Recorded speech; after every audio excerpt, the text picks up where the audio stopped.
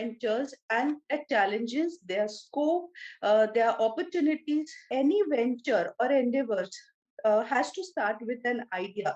An idea can be to improve the existing process or to have a complete new product or service. So any venture, whether it is old, new, it starts with an idea. Hence, for a startup phase follows after the phase of seed development. What do we say is, once we get an idea whether we want to improve a process or to have a new product completely, after that in ideation stage, or we call it seeding stage, is done, is when the startup phase starts. Once we get an idea, we actually start upon the business, where the business is just thought or idea, essentially signing the birth of the business. Many consider that startup phase to be the riskiest state in the entire life cycle. We saw again in unit 1 how the risks are associated with that complete entire life cycle, where I also shared a personal example about how I had to leave my job and completely focus for the first 7 years on my startup.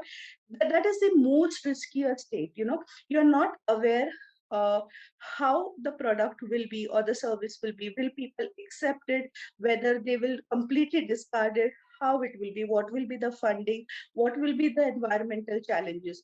So, new venture development involves various activities in creating business that can be competitive in the market.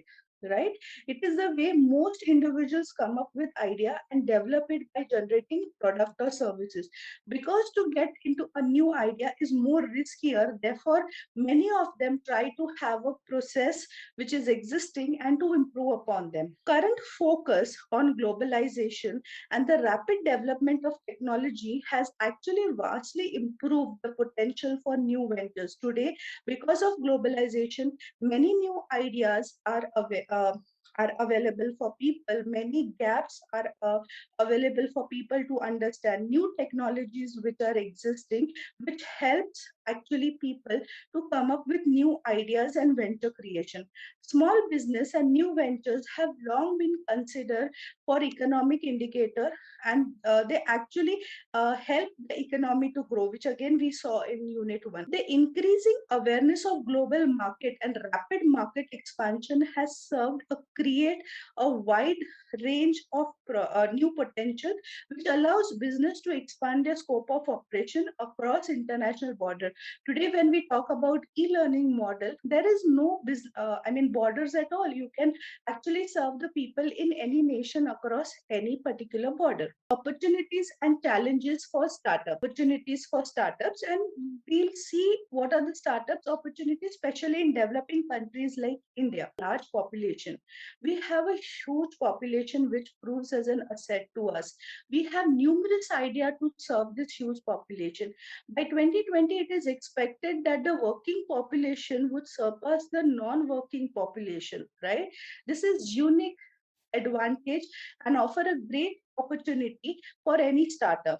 So various infrastructure issues and the bottom of pyramid market would provide huge opportunities for startup.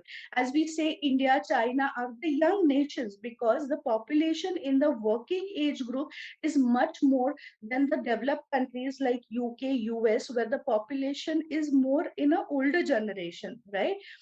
Connectivity. Indian telecom industry has grown, and therefore the availability of network, mobile, internet facilities, cheap data, has actually given the startups a wide range of spectrum to have more ideas. Like a lot of online classes have started, I think, in each every village that is possible.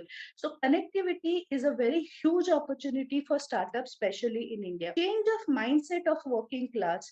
Earlier, whether it is a middle class or a working class, people used to feel that after graduation, you have to compulsory do a job, take up a job and have a traditional path of being a doctor, engineer, and, work with companies and retire from the same companies. Today, that mindset is changing of the working class, and more people are thinking of starting their own ventures. As I said, even a housewife thinks of starting her own venture of a tiffin service, or say providing traditional sweets during the festival season. Innovation society. These days, India has the largest youth population, which is the largest driver for innovation. Lot of ideas come in the younger generation, like in terms of workforce, talent, future leaders. The generation is so innovative because of the availability of internet, globalization, facilities. Everything is expanding